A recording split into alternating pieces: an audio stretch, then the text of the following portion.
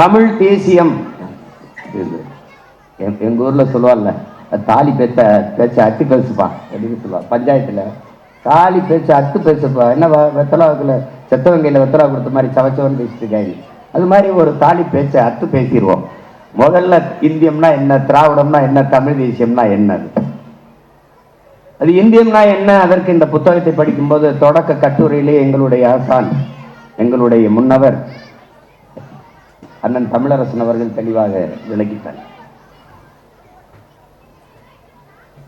இன்றைக்கு இந்த நிலத்தில் தமிழ் தேசியம் என்பது ஒரு வேற்றுக்கரக சொல் போலவும், தீண்டத்தகாத ஒரு வார்த்தை போலவும், தமிழர் என்று பேசுவதெல்லாம் பாசிசம், சாவனிசம், செப்பரேட்டிசம், நகர்ப்புற நக்சல், இது எல்லாம்.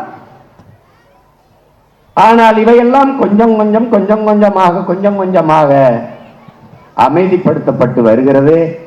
2026க்கு பிறகு ஒரு வாயலும் வாயை திறக்க முடியாது. தமிழ் தேசியம் என்றால் எவனும் வாய் திறக்க முடியாது.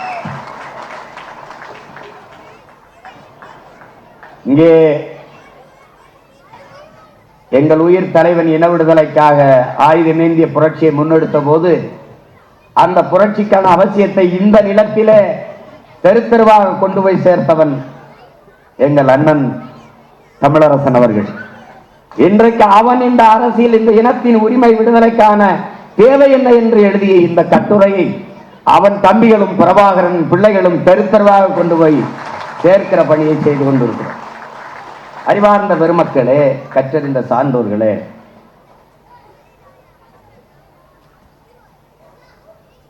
இந்தியம் என்பது ஒரு கற்பிதம், ஒரு உருவாக்கம்.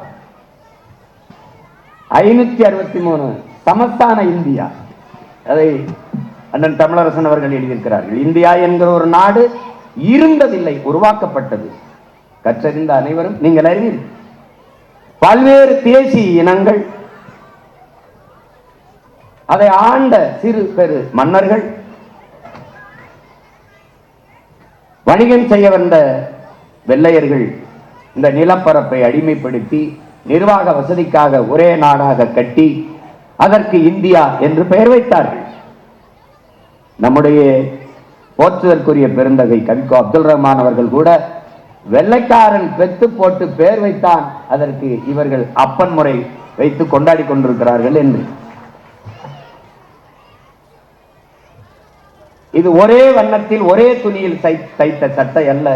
நான் போட்டிருப்பது போல சொல்வார்கள், மஞ்சள்ல ஒரு துணி, பச்சையில கொஞ்சம், சிவப்புல கொஞ்சம், ஊதால கொஞ்சம், கருப்புல கொஞ்சம், அப்படி கொஞ்சம் கொஞ்சமா ஒட்டு போட்ட துணியில் தைச்ச சட்டை தான் இந்த நாடு.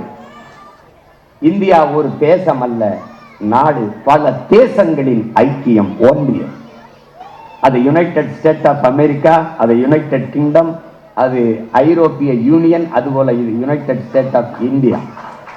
இது மாநிலங்கள் அவைதான். இது ரேடியோவே ஆல் இந்திய ரேடியோ தான். இந்திய ரேடியோ எல்லாம் கிடையாது இங்க. அதை எவர் இங்கே நாடற்றவரோ, எவருக்கு இங்கே மொழிவழிய தேசிய நிலங்கள் இனங்கள் இல்லையோ, அவர்கள் இந்த நாட்டை தனதாக்கி கொள்ள துடிக்கிறார்கள். அதில்தான் இந்த கட்டமைப்பு. நம்முடைய முன்னவர் தமிழரசன் அவர்கள் சொல்வது போல, முதலாளித்துவ ஏகாதிபத்திய நாடுகளில் எல்லை விரிவாக்கத்திற்கும் வள சுரண்டலுக்குமாக இந்த தரகு தலைவர்கள் வேலை செய்கிறார்கள். அதில் பல்வேறு தேசிய இனங்கள் இந்த நிலத்திற்குள் சிறைக்கூடத்திற்குள் சிக்கிக் கொண்டது